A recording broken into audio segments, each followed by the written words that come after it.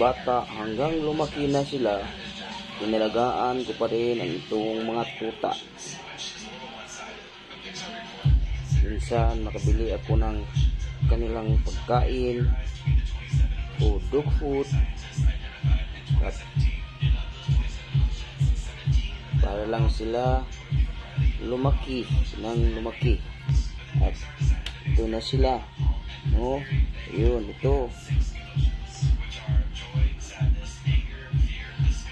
makikita mo sa unang video, maliliit pa sila. Ito na sila, oh.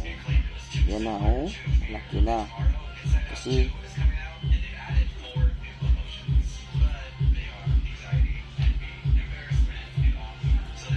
ito na sila, oh.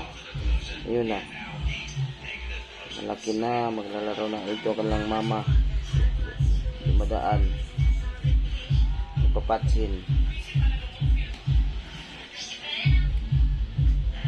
Sana ma-like nyo, ma-subscribe itong video sa kanila para naman malagaan ko sila ng mabuti hanggang lumaki sila.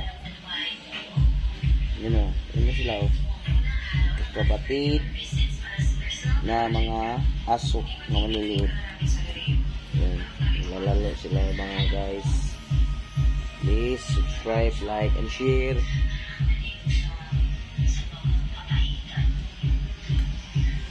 Hanggang dito lang tayo. Maraming salamat po sa inyong lahat.